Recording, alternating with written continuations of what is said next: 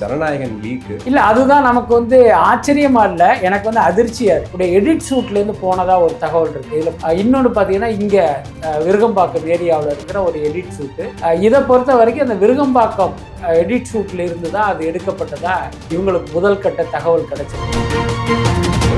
குரல் கொடுக்காம அப்படி வேடிக்கை பார்க்கறது இருக்குல்ல, விஜய் என்கிற நடிகருடைய பிரச்சனை அதை ஒரு சமூக பிரச்சனையா மாற்ற வேணாம், மக்கள் பிரச்சனையா திசை திருப்ப வேணான்னு இவர் அமைதியா இருக்காரு. ஜனநாயகன் என்னைக்கும் ரிலீஸ் ஆயிடும். ஜனநாயகன் படம் முடக்கப்பட்டதற்கும் இன்றைக்கு இணையத்தில் கசியவிடப்பட்டதற்கும் எல்முருகனுக்கும் உதயநிதி ஸ்டாலினுக்கும் ஒரு அண்டர்ஸ்டாண்டிங் இருக்கு. பீகாரில் இருக்கிற நடந்த அந்த எலெக்ஷனுக்கு பாஜகவுக்கு திமுக தரப்பிலிருந்து 500 கோடி ரூபாய் டெலிவரி பண்ணியிருக்காங்க.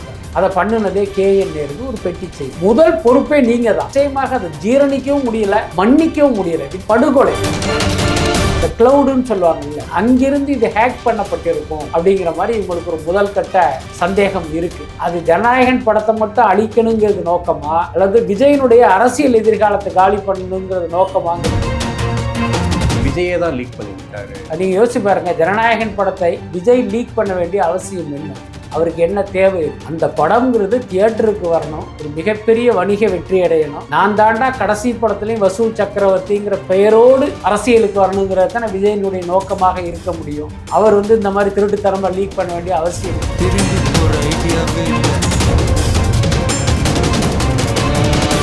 உலகெங்கும் வாழும் தமிழ் நெஞ்சங்களுக்கு கிறிஸ்டியின் அன்பு வணக்கம். நம்மோடு சினிமா விமர்சகர் வலைப்பேச்சு பிஸ்மி இணைஞ்சிருக்காரு. வணக்கம் சார். வணக்கம் சார். ஜனநாயகன் லீக்கு நேற்று நைட்லேருந்து அதான் போயிட்டுருக்கு.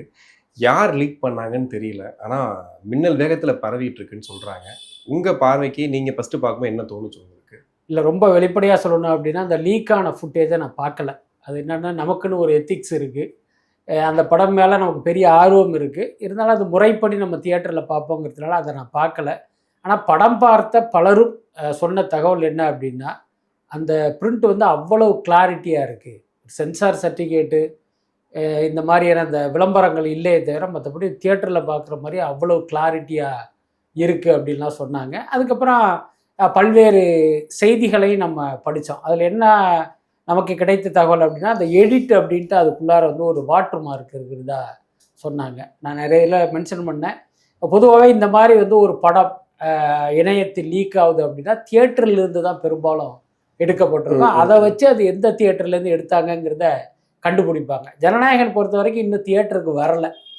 எனக்கு தெரிஞ்சு இந்த சென்சாருக்காக திரையிடப்பட்டது தான் ஜனநாயகன் தியேட்டரில் திரையிடப்பட்ட ஸ்க்ரீனிங். மற்றபடி விஜய் பார்த்தது, டைரக்டர் ப்ரொடியூசர் பார்த்தாலும் அவங்களுடைய ஹோம் ஸ்க்ரீனில் அது மாதிரி தான் ஹோம் தியேட்டரில் பார்த்துருக்காங்க. அப்போ இது வந்து தியேட்டரில் இருந்து கசிய விடப்படலை. அப்புறம் எங்கேன்னு பார்க்கும்போது எடிட்டர் உடைய எடிட் ஷூட்லேருந்து போனதாக ஒரு தகவல் இருக்குது. இதில் கூடுதல் தகவல் என்னென்னா, அதுவும் 3 இடத்துல எடிட்டிங் நடந்திருக்கு. ஒன்று வந்து KVN ப்ரொடக்ஷன்ஸ் ஆஃபீஸில், இன்னொன்று பார்த்தீங்கன்னா இங்கே விருகம்பாக்கம் ஏரியாவில் இருக்கிற ஒரு எடிட் ஷூட்டு, அதுக்கப்புறம் இன்னொரு இடத்துல நடந்திருக்கு. இதை பொறுத்த வரைக்கும் அந்த விருகம்பாக்கம் எடிட் ஷூட்டில் இருந்து தான் அது எடுக்கப்பட்டதா இவங்களுக்கு முதல் கட்ட தகவல் கிடச்சிருக்கு. அதே நேரம் அந்த எடிட் ஷூட்குள்ளே எல்லாரும் போயிட முடியாது. நான் அந்த பட நிறுவனத்திட்ட விசாரிக்கும் போது என்ன சொன்னாங்கன்னா, டைரக்டர், அந்த எடிட்டர் பிரதீப், அப்புறம் அவருடைய அசிஸ்டண்ட், எடிட்டிங் அசிஸ்டண்ட் 2 பேர், வினோத்துடைய அசிஸ்டண்ட் 2 பேர், மொத்தம் 6 பேர் தான் அதுக்குள்ளாரையே அக்சஸ் பண்ண முடியும். அந்த யாருமே கிடையாது. உங்களுக்கு தெரியும்ல, இன்னைக்கு ஒரு டைரக்டருக்கு அசிஸ்டன்ட் டைரக்டர்னு ஒரு 15 பேர் இருப்பாங்க. ஆனால் அந்த 15 பேரில் எடிட்டிங் அசிஸ்டண்டாக இந்த படத்தை பொறுத்த வரைக்கும் 2 பேர் தான். அவங்க மட்டும்தான் அங்கே போகணும். மற்றபடி ஒரு காஸ்டியூம் பார்க்குறவங்க, கண்டினியூட்டி பார்க்குறவங்க, ஏன்னா மற்ற டிபார்ட்மெண்ட்டை கவனிக்கிற எந்த அசிஸ்டண்ட்டுக்கும் இதுக்குள்ளார வேலை இல்லை. அதே மாதிரி எடிட்டருக்கும் நிறைய அசிஸ்டண்ட் இருப்பாங்க. அப்போ எடிட்டர் வந்து வெவ்வேறு படங்கள் பண்ணுவார்ல, அவங்கெல்லாம் அந்த ப்ராஜெக்டில் இருப்பாங்க. 2 எடிட்டிங் அசிஸ்டண்ட் மட்டும்தான் இந்த படத்துக்குள்ளே இருக்காங்க. அந்த மாதிரி மொத்தமே 6 பேர் தான். இவங்ககிட்ட விசாரிக்கும் போது என்ன அப்படின்னா, இவர்கள் மூலமாக இது வெளியாகலைங்கிறத ஓரளவுக்கு அவங்க கன்ஃபார்ம் பண்ணிக்கிட்டாங்க, அதை புரிஞ்சுக்கிட்டாங்க. யோசிச்சு பாருங்க, ஒரு வினோத்தோ எடிட்டரோ இந்த வேலையை பண்ணியிருக்க மாட்டாங்க. 2 உதவி டைரக்டரோ உதவி எடிட்டர்களோ பண்ணியிருக்க மாட்டாங்க. அப்போ வேற யாரோ தான் பண்ணியிருக்காங்க. இவங்க என்ன சந்தேகப்படுறாங்க அப்படின்னா, அந்த கிளவுடுன்னு சொல்லுவாங்கல்ல, அங்கிருந்து இது ஹேக் பண்ணப்பட்டிருக்கும் அப்படிங்கிற மாதிரி இவங்களுக்கு ஒரு முதல் கட்ட சந்தேகம் இருக்குது. ஆனால் நீங்கள் யோசிச்சு பாருங்க, ஒரு இடத்துல ஒரு கண்டென்ட் இருக்குது, அதை ஒருத்தன் பார்க்குறான், ஒரு ஆர்வக்கோளா ரசிகன் பார்க்குறான் அப்படின்னா, அதனுடைய விபரீதம் தெரியாமலே அதை பதிவு பண்ணி எங்கேயாவது வெளில விட்டுருவான். அந்த திருட்டு விசிடி எடுக்கிறவங்க கூட அந்த மாதிரியான ஒரு ஆர்வத்தில் கண்டிப்பா பண்றது தான். ஆனால் ஒரு கிளவுடுக்குள்ள இருக்கிறத போய் ஒருத்தர் ஹேக் பண்ணி எடுக்கிறான்னா இப்போ அவனுக்கு ஒரு நோக்கம் இருக்கும்ல. ஸோ அந்த நோக்கம் என்னங்கிறது தான் இப்போ உள்ள கேள்வி. அது ஜனநாயகன் படத்தை மட்டும் அழிக்கணுங்கிறது நோக்கமா, அல்லது விஜயனுடைய அரசியல் எதிர்காலத்தை காலி பண்ணணுங்கிறது நோக்கமாங்கிறது தான் இப்போ உள்ள கேள்வி. எனக்கு தெரிஞ்ச அந்த 2வது கேள்விதான் ஒரு காரணமாக இருக்கும் அப்படின்னு நினைக்கிறேன். ஓகே. ஆனா இப்போ நேத்து நைட்ல இருந்து பாத்தீங்கன்னா, நாம் தமிழர் கட்சியில இடுமோனம் கார்த்திக் உட்பட நிறைய பேர் என்ன சொல்றாங்கன்னா, விஜயே தான் லீக் பண்ணி விட்டாரு. ஏன்னா அவருக்கு தேவை வந்து எலெக்ஷன்ல இந்த படத்தை போய் மக்கள்கிட்ட காமிச்சிடணும், அதுக்காக அவர் லீக் பண்ணி விட்டாருன்னு ஒரு செய்தி பரவிட்டு இருக்கு. அது நிறைய பேர் பார்த்தீங்கன்னா இன்னைக்கு கமெண்ட்ஸ்ல எல்லா இடத்துலையுமே சொல்லிட்டு இருக்காங்க. இதை எப்படி பாக்குறீங்க? அதான் இப்போ நாம் தமிழர் கட்சியை சேர்ந்தவர்களுக்கு ஒரு பெரிய அறிவு இருக்குன்னு நம்ம நம்ப வேண்டிய அவசியம் இல்லை. முக்கியமாக இடும்பாவனம் கார்த்திக் போன்றவர்களும் அதுக்கு விதிவிலக்கா இல்லை அப்படிங்கிறதே நமக்கு இப்போ தான் தெரியுது. நீங்கள் யோசிச்சு பாருங்க, ஜனநாயகன் படத்தை விஜய் லீக் பண்ண வேண்டிய அவசியம் என்ன? அவருக்கு என்ன தேவை இருக்குது? அந்த படம்ங்கிறது தியேட்டருக்கு வரணும், ஒரு மிகப்பெரிய வணிக வெற்றி அடையணும். நான் தாண்டா கடைசி படத்துலையும் வசூல் சக்கரவர்த்திங்கிற பெயரோடு அரசியலுக்கு வரணுங்கிறது தானே விஜயனுடைய நோக்கமாக இருக்க முடியும். அவர் வந்து இந்த மாதிரி திருட்டுத்தனமாக லீக் பண்ண வேண்டிய அவசியம் என்ன? என்னன்னா நாம் தமிழர் கட்சி இந்த தேர்தலோடு அட்ரஸ் இல்லாத ஒரு நிலைமைக்கு தள்ளப்பட போகுது. இதுதான் நடக்க போகுது. 36 லட்சம் வாக்குங்கிறது கனவாகவும் கடந்த காலமாகவும் மாறி இந்த தேர்தலில் 3 லட்சம் வாக்குங்கிற அடிப்படையில் வாங்கி அரசியல் களத்திலிருந்தே காணா போகிற ஒரு கட்சியாக நாம் தமிழர் கட்சி இருக்க போகுது. அதை சகிச்சிக்க முடியாமல், அதை ஜீரணித்து கொள்ள முடியாமல் இப்படியெல்லாம் அவங்க குற்றம் சாட்டுறாங்கன்னு நினைக்கிறேன். என்னை பொறுத்த வரைக்கும் நீங்கள் விஜயை என்ன காரணத்தினால் எதிரியாக நினைக்கிறீங்கிறது ஊருக்கே தெரியும். அது நீங்கள் பேசலை, 100 கோடி பேசுகிறதா ஊரே உங்களை கழுவி ஊற்றுது. ஆனால் அதை கொஞ்சம் அறிவோடு செய்யுங்கன்னு நம்ம சொல்கிறோம். என்ன, ஜனநாயகன் படத்தை விஜய் எதுக்கு லீக் பண்ணணும்? அதுக்கடுத்து நீங்கள் கவனிச்சிருப்பீங்க, ஜனநாயகன் படத்தில் இஸ்லாமியர்களை தீவிரவாதிகளாக காட்டுற காட்சி இருக்குன்ட்டு அமீர் போன்றவர்களாக கடுமையாக ரியாக்ட் பண்ணிகிட்டு இருக்காங்க. நீங்கள் யோசிச்சு பாருங்கள், இன்றைக்கு தமிழக வெற்றி கழகத்துக்கு சிறுபான்மை வாக்குகள் பெரிய அளவில் வரும் அப்படிங்கிற மாதிரி செய்திகள்லாம் வந்துக்கிட்டு இருக்கு. அது ஓரளவுக்கு உண்மையும் கூட. அப்படி இருக்கும்போது அந்த வாக்குகளையே கெடுத்துக்கிற மாதிரி இந்த படத்தில் இப்படி ஒரு காட்சியை வச்சுருக்காங்க. அது தெரிஞ்சு வச்சாங்களா தெரியாமல் வச்சாங்களான்னு தெரியல. ஆனால் இப்படி ஒரு விஷயம் வெளியில் வந்துச்சுன்னா நிச்சயமாக ஒரு இஸ்லாமியர் கூட தாவேக்காக்கு ஓட்டு போட மாட்டாங்க. ஏற்கனவே விஜய்க்கு பாஜகவுடைய பி டீம்ங்கிற ஒரு பேர் இருக்குது, அது இன்னும் கன்ஃபார்ம் ஆகிடும். அப்படி இருக்கும்போது எப்படி விஜய் வந்து இந்த வேலையை பார்த்துருப்பாரு?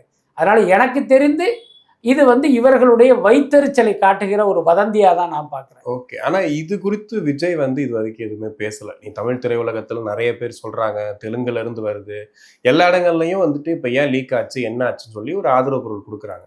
ஏன் விஜய் இது வரைக்கும் ஒரு அறிக்கையோ இல்லை? அதுதான் நமக்கு வந்து ஆச்சரியமா இல்லை, எனக்கு வந்து அதிர்ச்சியாக இருக்குது. என்னென்னா, உங்களுக்கு தான் வயிற்று வலி, அதுக்கு நாங்கள் மாத்திரை சாப்பிட்டுக்கிட்டு இருக்கோம், ஊர் உலகமே சாப்பிட்டுக்கிட்டு இருக்கு, நீங்கள் ஆயா உட்காந்து இருக்கிற மாதிரி ஒரு விஷயமா இருக்குது.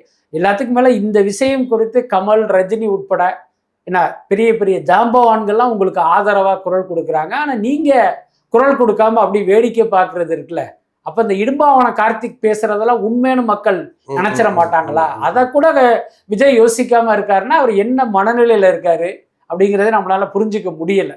ஏன்னா ஏற்கனவே இது குறித்து உங்களையே குற்றம் சாட்டி வதந்திகள் வந்து ஒரு பெரிய அளவில் பரவிட்டு இருக்கு. அப்போ இது குறித்து நீங்கள் கண்டிக்காமல் இருக்கீங்கன்னா என்ன அர்த்தம்? ஏற்கனவே ஜனநாயகன் படத்தை ஒன்றிய அரசனுடைய அழுத்தம் காரணமாக சென்சார் வந்து முட்டுக்கட்டை போட்டாங்க, அதுக்கு எல்லாருமே கொந்தளிச்சாங்க, இவர் வாயே திறக்கலை. அப்போ கூட நான் என்ன யோசித்தேன் அப்படின்னா, ஜனநாயகங்கிறது விஜய் என்கிற நடிகருடைய பிரச்சனை, அதை ஒரு சமூக பிரச்சனையாக மாற்ற வேணாம், மக்கள் பிரச்சனையாக திசை திருப்ப வேணான்னு இவர் அமைதியாக இருக்காருன்னு நினச்சான். ஆனால் சமீப காலமாக பார்த்தீங்கன்னா அந்த விஷயத்தையே இவர் டச் பண்ணி பேசுகிறாரு. ஜனநாயகன் படத்தில் எனக்கு வந்து சூழ்ச்சி பண்ணாங்கலாம் பேச ஆரம்பிச்சிட்டாரு. ஆனால் இது வந்து ஒரு தயாரிப்பாளருக்கு நடந்த ஒரு மிகப்பெரிய அக்கிரமம், ஒரு அநீதி. இது அவருடைய 500 கோடி ரூபா முதலீடு ஒரு நிமிஷத்தில் காணா போயிருக்கு. அதுக்கு அடுத்து இந்த விஷயம்லாம் ஏன் நடக்குது, ஏன் நடந்தது? உங்களால தான் நடந்தது. நீங்க இல்லாம வேற ஒருத்தர் ஹீரோவா நடிச்சா இதெல்லாம் நடக்குமா? ஜனநாயகன் என்னைக்கும் ரிலீஸ் ஆகிருக்கும். அப்ப ஜனநாயகன் படம் முடக்கப்பட்டதற்கும் இன்றைக்கு இணையத்தில் கசிய விடப்பட்டதுக்கும் நீங்க ஹீரோவா நடித்தது தான் காரணம். இன்னும் சொல்ல போனா முதல் பொறுப்பே நீங்க தான். அப்படி இருக்கும்போது நீங்க எந்த பதிலும் சொல்லாம அமைதியா இருக்கிறது அப்படிங்கிறதுல நிச்சயமாக அதை ஜீரணிக்கவும் முடியல, மன்னிக்கவும் முடியலை. விஜய் வந்து ஒரு மிகப்பெரிய தவறு பண்றாரு.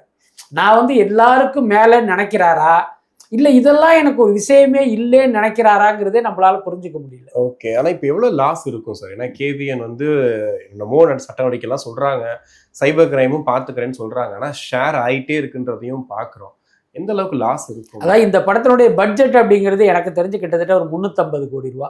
நீங்கள் வியாபாரமாக பார்த்தா நெருக்கி வந்து ஒரு 500 கோடி ரூபாய்க்கு வந்து இவங்க வியாபாரம் பண்ணியிருந்தாங்க. இதுதான் உண்மை. இந்த படம் ரிலீஸ் ஆகி ஒரு மிகப்பெரிய வெற்றி அடையும் பட்சம் அந்த 500ங்கிறது பார்த்தீங்கன்னா இன்னும் அதிகரிப்பதற்கு வாய்ப்பு இருக்குது. ஏன்னா பல இடங்களில் இவங்க கொடுத்தது எம்ஜி டிஸ்ட்ரிபியூஷனுங்கிற மாதிரி தான் அந்த தியேட்டருக்கிடையே இவங்க விற்கிறாங்க. அப்போ படம் வந்து பெருசாக ஓடும்போது அதனுடைய லாபமும் வந்து பெரிய அளவில் அதிகரிக்கும். இப்போ நீங்கள் வியாபாரம் 500 கோடியை மட்டும் கணக்கில் எடுத்துகிட்டு பேசணும் அப்படின்னா இந்த படம் முழுமையாக வந்து லீக் ஆனதால் இந்த வியாபாரத்தை மறுபடியும் இவங்க பண்ண முடியாது. ஏற்கனவே படம் டிலே ஆனதுனால அமேசான் என்ன பண்ணிட்டாங்கன்னா அந்த டிஜிட்டல் வியாபாரத்தை கேன்சல் பண்ணிட்டாங்க. சேட்டலைட்டும் கேன்சல் ஆகிடுச்சு. அதுக்கடுத்து தமிழ்நாடு தியேட்டருக்கில் கிட்டத்தட்ட ஒரு 110 கோடிக்கு பல விநியோகஸ்தர்கள் ஏரியா பிரித்து வாங்கினாங்க. அவங்களும் டிலே ஆனதுனால இப்போ என்ன சொல்லிட்டாங்க, எங்களுக்கு ஒரு 25% ரேட்டு கம்மியாக கொடுங்கிற ஒரு கோரிக்கையை வைக்க ஆரம்பிச்சிட்டாங்க. கேவிஎன் வந்து அதை கன்சிடர் பண்ணுறேன்னு சொல்லிட்டாங்க. இப்போ படமே லீக் ஆகிடுச்சு. இப்போ என்ன நடக்கும் அப்படின்னா 125 கோடிக்கு இந்த படத்தினுடைய டிஜிட்டல் ரைட்ஸை வாங்கின நிறுவனம் 50 கோடிக்கு கொடுன்னு கேட்பாங்க. அதான் நடக்கும். சேட்டலைட்டும் பாதி விலைக்கு கேட்பாங்க. 110 கோடிக்கு வாங்கின தமிழ்நாடு தியேட்டருக்கு 50 கோடிக்கு கொடுன்னு கேட்பாங்க. இப்போ ஆக மொத்தம் ஜனநாயகன் படத்தினுடைய வியாபாரமே ஒரு 250லேருந்து 300 கோடிக்கு மேலே போகாது. அப்போ தயாரிப்பாளருக்கு நஷ்டம் தானே. அவர் போட்ட பணத்தையே எடுக்க முடியாத சூழ்நிலை இப்போ உருவாகும். ஓகே. அதனால இந்த தவறை யார் செய்து, தவறெல்லாம் கிடையாது, இது மிகப்பெரிய படுகொலை, அப்படிதான் நம்ம பார்க்கணும். இந்த படுகொலையை செய்தது யாராக இருந்தாலும் அரசு வந்து உடனடியாக அவங்க வந்து தண்டிக்கணும். இது வந்து விஜயுடைய பிரச்சனை, விஜயனுடைய அரசியல் காலியாக போகுதுன்னு நினைச்சிட்டு வேடிக்கை பார்க்காம அரசு வந்து நியாயமா நேர்மையாக இதுல செயல்படணும். ஓகே. இதுல குறிப்பா ஆதவர்ஜுனா கூறிய கருத்து இன்னைக்கு டிபேட்டாவே மாறிச்சு. ஒரு பக்கம் எல்முருகன், ஒரு பக்கம் உதயநிதி, இவங்க சேர்ந்துதான் பண்ணிட்டாங்கன்னு ஒரு கருத்தை சொல்றாரு. அது நிறைய பேர் வந்துட்டு என்ன இப்படிலாம் பேசுறாருன்னு சொன்னாங்க. சில பேர் இதுக்கு வாய்ப்பு இருக்கான்ற மாதிரியும் கேட்குறாங்க. உங்க பார்வை என்ன? அதான் பொதுவாகவே வந்து இப்போ அரசியல்ல நம்ம பார்க்குற அல்லது படிக்கிற விஷயங்களை மட்டும் வைத்து இதுதான் அரசியலுங்கிற முடிவுக்கு வந்துடக்கூடாது. என்னுடைய அறிவுக்கு தோன்றதை நான் சொல்கிறேன். இப்போ உதாரணத்துக்கு இப்போ நம்ம தொலைக்காட்சி செய்திகளையும் பத்திரிகை செய்திகளையும் பார்த்துட்டு பாஜகவும் திமுகவும் எதிரெதிர் அணியில் இருக்குது அப்படின்னு நம்ம நினைக்க வேண்டியதில்லை. சீமான் பார்த்திங்கன்னா பாஜகவை ஒரு மதவாத கட்சி அப்படின்னு திட்டுவார். அதை வந்து நம்ம உண்மை என்று நம்பிவிட வேண்டிய அவசியம் இல்லை. அப்படி ஒரு பக்கம் திட்டிக்கிட்டே இன்னொரு பக்கம் ஆர்எஸ்எஸ் மீட்டிங்கில் போய் இவர் என்ன பேசினார், பார்ப்பன கடப்பாறையை கொண்டு திராவிட கோட்டை இடிப்பேன் அப்படின்னு சீமான் பேசினதை நம்ம பார்க்குறோம். அப்போ இது வெறுமனே ஒரு மேடைக்காக சம்பிரதாயமாக பேசிய பேச்சாக எடுத்துக்க முடியாது. அப்போ ஆர்எஸ்எஸோடு சீமானுக்கு நேரடி தொடர்பு இருக்குது, ஒரு கள்ள தொடர்பு இருக்குது அப்படின்னு தான் நம்ம புரிஞ்சுக்கணும். அப்புறம் ஐடிசியில் நிர்மலா சீதாராமனை பார்த்து ஸ்டாலினை ஆட்சியிலிருந்து அகற்றணும்னா அதுக்கு இத்தனை ரூபா வேணும் அப்படின்னு இவர் கேட்டதாக ஒரு செய்தி இருக்குது. அது ஆரம்பத்தில் நம்ம நம்பாமல் போனாலும் இன்றைக்கி அவர் செய்கிற செயலையெல்லாம் பார்க்கும்போது உண்மைதானன்னு உங்களையும் என்னையும் நினைக்க தோணும். அப்போ நம்ம பார்க்குற அரசியலுக்கு பின்னால் இன்னொரு அரசியல் இருக்குது என்பதற்கான உதாரணம் தான் இதெல்லாம். இந்த பக்கம் வந்தீங்க அப்படின்னா இப்போ ஆதவர்ஜுனா என்ன சொல்கிறார், எல்முருகனுக்கும் உதயநிதி ஸ்டாலினுக்கும் ஒரு அண்டர்ஸ்டாண்டிங் இருக்குங்கிறாரு. இதை நம்ம வதந்தின்னு கடந்து போகலாம். கொஞ்சம் ஐ ஓப்பன் பண்ணி அடடா இருக்குமோ அப்படின்னு நீங்கள் யோசிங்க அப்படின்னா ஆமால அப்படின்னு நினைக்கிற அளவுக்கு சில விஷயங்களும் அதுக்குள்ளார இருக்குது. என்னென்னா நீங்கள் பாருங்கள், பராசக்தி படம் ஹிந்தி எதிர்ப்பு குறித்து பேசுகிற படம். ரொம்ப டீப்பாக பார்த்தா அது காங்கிரஸை தான் குற்றம் சொல்லும், ஆனால் அது ஹிந்தியை எதிர்க்குது. அதுதான் முக்கியமான விஷயம். இன்றைக்கு இந்தியை தூக்கி பிடிக்கிற பாஜகவுக்கு இந்த படம் ஒரு கொள்கை எதிரி மாதிரியான ஒன்று தான். அப்போ இந்த படத்தை நிச்சயமாக அவங்க சென்சாரில் வந்து ஒரு பெரிய தடையை ஏற்படுத்தி அதை தடுத்து இருக்கணும். ஆனால் என்ன நடந்துச்சுன்னா பராசக்தி படத்துக்கு இவர்கள் அனுமதி கொடுக்குறாங்க. ஜனநாயகன் படம் திமுகவை திட்டுற ஒரு படம். அந்த படத்துக்கு சென்சாரில் பார்த்தீங்கன்னா ஒரு தடையை போட்டு இன்னைக்கு வந்து அது இணையத்தில் லீக் ஆகிற அளவுக்கு ஒரு வேலையை பார்த்துருக்காங்க. நீங்களே யோசிச்சு பாருங்க, திமுகவை வீழ்த்தணுங்கிறது தானே பாஜகவுடைய நோக்கம். அதைத்தானே ஜனநாயகன் படம் பண்ணியிருக்கு. அப்போ அந்த படத்துக்கு இங்கே WU கொடுத்துல வெளியில் விடணும். ஏன் அந்த படத்தை முடக்குறீங்க? அதுக்கடுத்து அந்த படத்தில் இஸ்லாமியர்களை தீவிரவாதியாக சித்தரிச்சிருக்காரு விஜய். ரைட்டா? பாஜகவுடைய கொள்கை என்ன? இஸ்லாமியர்களை தீவிரவாதிகளாக சித்தரிப்பது தானே அவங்க வேலை. அதைத்தானே ஜனநாயகன் படம் பண்ணியிருக்கு. அப்போ அந்த படத்தை நீங்கள் ஏன் விடலை? அப்போ எது உங்களை தடுத்தது? இந்த மாதிரி கேள்விகள்லாம் கேட்டால் இப்போ ஆதவ அர்ஜுனா சொல்வதுக்கு பின்னால் இருக்கிற அந்த விஷயங்கள்லாம் உண்மையோடு உங்களுக்கு தோணும். அதுக்கு அடுத்து பராசக்தி படத்துக்கு அனுமதி கிடைக்குது. அடுத்த சில நாட்களில் பார்த்தீங்கன்னா டெல்லியில் எல்முருகன் வீட்டில் பராசக்தி படக்குழுவினர் பொங்கல் கொண்டாடுறாங்க. நீங்கள் யோசிச்சு பாருங்க, பராசக்தி படத்தை எடுத்தது திமுக குடும்பத்தை சேர்ந்த டான் பிக்சர்ஸு. அவங்க எப்படி வந்து அந்த படத்தில் நடித்த குழுவினர் எப்படி அவர் வீட்டில் போய் பொங்கல் கொண்டாடுறாங்க? அப்போ ஆதவ அர்ஜுனா சொன்னது உண்மைதானோ அப்படின்னு நம்ம எல்லாம் நினைக்க தோணுது. ஓகே, பின்னாடி ஒரு சதி இருக்குன்னு எடுத்துக்கலாம். இல்ல, லீக்ல கூட சதிங்கிறதை தாண்டி வந்து ஒரு அண்டர்ஸ்டாண்டிங் இருப்பதற்கு வாய்ப்பு இருக்கு. இன்னொரு தகவல் கூட நீங்க படிச்சிருப்பீங்கன்னு நான் நம்புறேன். இந்த டாஸ்மாக் மூலமாக ஒரு பெரிய ஊழல் நடக்குது அப்படின்னு இப்ப திமுக சார்ந்த டான் பிக்சர்ஸ் மற்றும் பலருக்கு வந்து ஒரு பெரிய காசை வச்சுதான் படம் எடுத்தாங்கன்ட்டு ஒரு ரெய்டு நடந்தது. சில நாட்கள்லயே அந்த ரெய்டு வந்து அப்படி அடங்கி போச்சு. அது என்ன ஆச்சுன்னா இது வரைக்கும் தெரியல.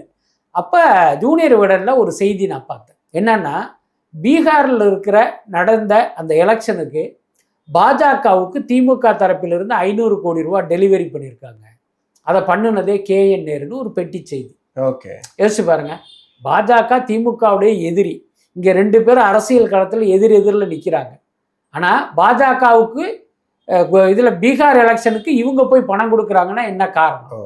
அப்போ நம்ம பார்க்குற அரசியல்லாம் பொய். இல்லை, மம்தா சொல்றதுமே கிட்டத்தட்ட பாஜக கூட கூட்டணி வச்சு அதுதான் சொல்கிறேன். அப்போ இதுக்கு பின்னால் வந்து ஏதோ ஒரு அரசியல் இருக்குது. அது நம்மை போன்ற சாமானியர்களின் ஒரு கண்ணுக்கு புலப்படலை. ஆதவ அர்ஜுனா போன்ற அரசியலில் ஒரு பெரிய இடத்துல இருப்பவர்களுக்கு புலப்படுதுன்னு தான் நம்ம புரிஞ்சிக்க வேண்டியதாக இருக்குது. கண்டிப்பாக சார், நிறைய விஷயங்கள் பேசணும். நன்றி. ரொம்ப நன்றி.